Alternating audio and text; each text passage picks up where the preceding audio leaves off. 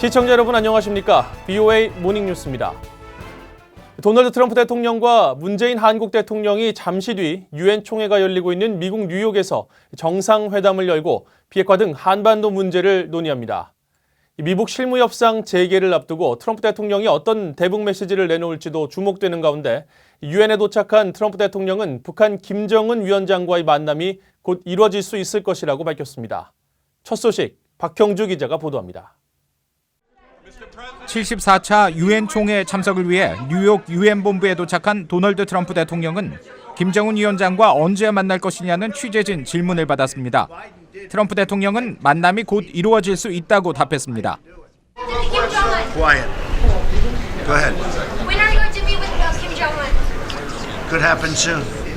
Could happen soon. It could happen soon. 트럼프 대통령은 전날 뉴욕에 도착한 문재인 한국 대통령과 이곳 시간으로 잠시 뒤인 오후 5시경부터 정상회담을 개최합니다. 백악관은 미한 정상회담 의제와 관련해 구체적인 내용을 발표하지 않았습니다. 한국 청와대는 두 정상이 한반도의 완전한 비핵화와 항구적 평화 정착을 위한 협력 방안, 동맹 강화와 영내 현안을 논의할 것이라고 밝혔습니다. 지난 6월 말 트럼프 대통령의 한국 방문 이후 80여일 만의 회담으로 미북 실무협상 재개를 앞둔 만큼 비핵화 방법에 대한 의견이 다뤄질 것으로 전망됩니다. 특히 트럼프 대통령이 최근 볼튼 전 보좌관의 리비아 모델 발언을 거듭 비판하며 새로운 방법을 언급함에 따라 이와 관련한 논의 여부도 주목됩니다. So I think John really should take a look at how badly they've done in the past, and maybe a new method would be very good. 미국 정부가 강한 유감을 표명했던 한일 군사정보 보호협정 종료 결정과 주한미군 방위비 분담금 문제도 논의될 가능성이 높습니다. 최근 트럼프 대통령이 동맹국들의 방위비 부담 증액을 압박하고 있는 가운데 미국과 한국은 이번 주부터 분담금 협상을 시작합니다. 24일 유엔 총회 연설에서 트럼프 대통령이 어떤 대북 메시지를 내놓을지도 관심입니다. 앞서 백악관 고위 당국자는 트럼프 대통령의 유엔 총회 연설 내용과 관련해 미국 모델의 혜택, 즉 경제적 번영과 자유, 안보를 강조하고 이를 따르는 다른 나라들에게 긍정적 비전을 제시할 것이라고 말했습니다. BOA 뉴스 박형주입니다. 미국 정부에 의해 억류된 뒤 경매에 붙여졌던 북한 선박 와이즈 어네스토가 매각됐습니다. 이 선박에 대한 소유권을 청구한 원비어 부모에게 대금이 넘어갈 가능성이 커졌는데 북한에 납치돼 사망한 김동식 목사의 가족들도 소유권을 주장해 결과가 주목되고 있습니다. 함지하 기자가 보도합니다. 미국령 사모아의 파고파고항에 정박된 와이즈 어네스토입니다. 와이즈 어네스토는 지난해 4월 북한 남포항에서 석탄 26,500톤, 약 299만 달러어치를 싣고 불법으로 운송하다 적발돼 인도네시아 당국에 억류됐었습니다. 이후 미국 검찰은 지난 5월 몰수 소송을 제기한 뒤 와이즈 어네스토를 압류해 파고파고항으로 예인했습니다. 미국 연방마셜국 대변인은 최근 BOA에 와이즈 어네스토에 대한 비공개 경매를 지난 7월 31일부터 8월 9일까지 진행해 낙찰자가 선정됐으며 이후 매각 절차가 지난 12일에 완료됐다고 밝혔습니다. 다만 낙찰 금액이나 구매자 신원은 공개하지 않는다면서 구체적인 내용은 더 설명하지 않았습니다. 미국 정부가 압류 북한 자산을 매각해 현금화한 건 이번이 처음으로 알려졌습니다. 선박업계에서는 와이즈 어네스토가 노후한 선박이어서 고철값으로 150만 달러에서 300만 달러에 판매될 것으로 예상하고 있습니다. 이에 따라 선박 경매 금액은 선박 소유권을 청구한 오토 원비어의 부모에게 돌아갈 가능성이 커졌습니다. 오토 원비어는 북한에 17개월간 억류되다가 혼수 상태로 송환된 뒤 숨진 미국인 대학생입니다. 이런 가운데 지난 2000년 중국에서 북한 공작원에게 납치돼 평양에서 사망한 것으로 알려진 김동식 목사 측도 2달가량 늦게 와이즈 어네스토를 상대로 법적 절차에 돌입한 것으로 확인됐습니다. 김 목사의 아들 김한 씨 등 유족들은 북한 정권을 상대로 한 민사소송을 제기해 2015년 북한이 약 3억 3천만 달러를 배상해야 한다는 판결을 이미 받은 상태여서 이들의 청구가 효력을 얻을지 주목됩니다. BOA 뉴스 함지아입니다. 북한 주민들의 건강은 신분과 출신 지역, 성별에 따라 큰 차별이 있다는 지적이 나왔습니다. 또 이런 북한 주민들의 건강권은 인권 문제와 연계해야 달성할 수 있다고 전문가들이 밝혔습니다. 서울에서 안소영 기자입니다. 북한 인권정보센터가 유엔의 빈곤 퇴치와 건강권 향상 등을 위한 지속가능 발전 목표 채택 주간을 맞아 북한의 보건 실태와 건강권 문제에 대한 세미나를 열었습니다. 전문가들은 북한의 건강권은 인권과 밀접하게 연결돼 있다며 신분과 출신 지역, 성별에 따른 북한 내 차별을 지적했습니다.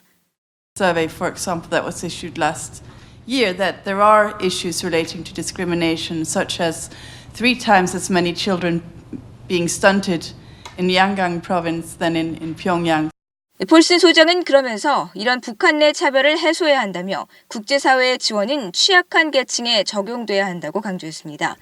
폴슨 소장은 또 열악한 구금시설 내 의료 환경으로 결핵 등 감염병에 수감자들이 취약 상태에 놓여 있다면서 북한의 건강권 침해 등 심각한 국제인권법 위반을 근절할 국제사회의 협력을 강조했습니다.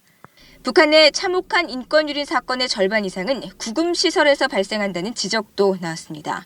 인권 실태 조사의 60%가 사실은 구금시설에서 일어난 인권 피해거든요. 그래서 그 부분이 해결이 되면 북한 인권의 절반 이상이 해결되는 효과가 나타날 것 같습니다.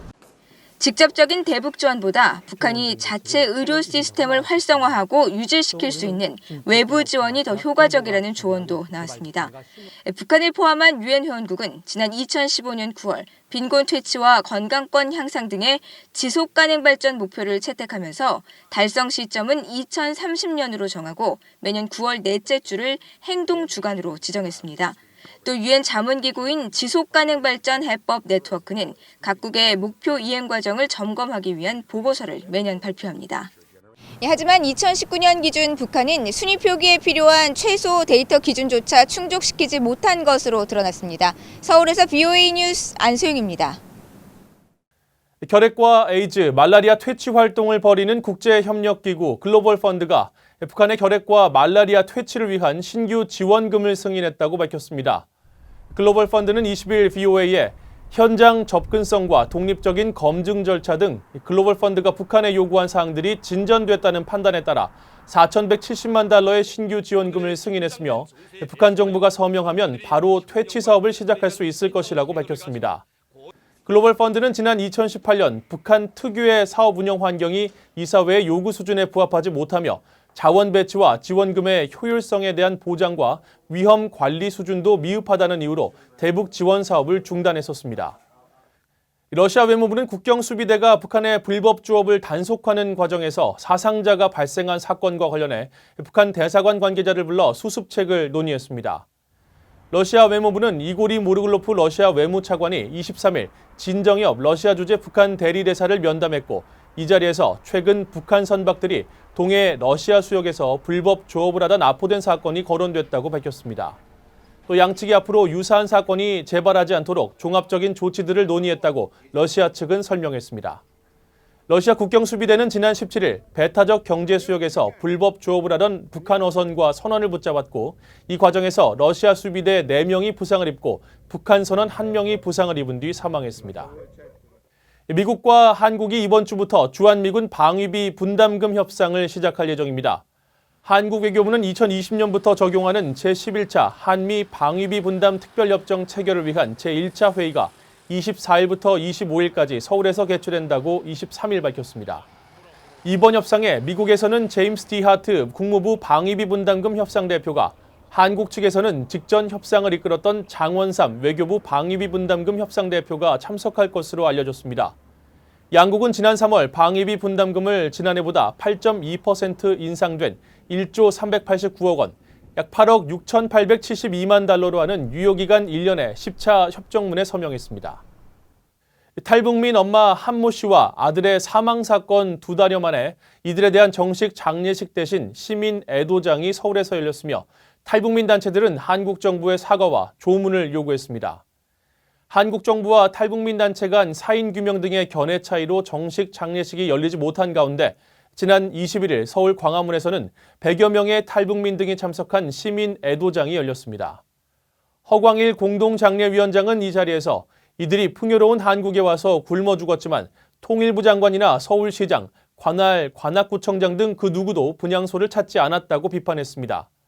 앞서 사인 규명과 후속 대응책 등을 놓고 한국 정부와 탈북민 단체 간 견해 차이로 정식 장례식은 열리지 못했으며 탈북모자의 거주지 행정처인 관악구청이 이들 모자에 대해 무연고 처리 방침을 밝히자 탈북민 단체들은 반발하며 한국 정부의 사과와 재발 방지책 등을 요구했습니다. 이상으로 BOA 모닝뉴스를 마칩니다. 시청해주신 여러분 고맙습니다.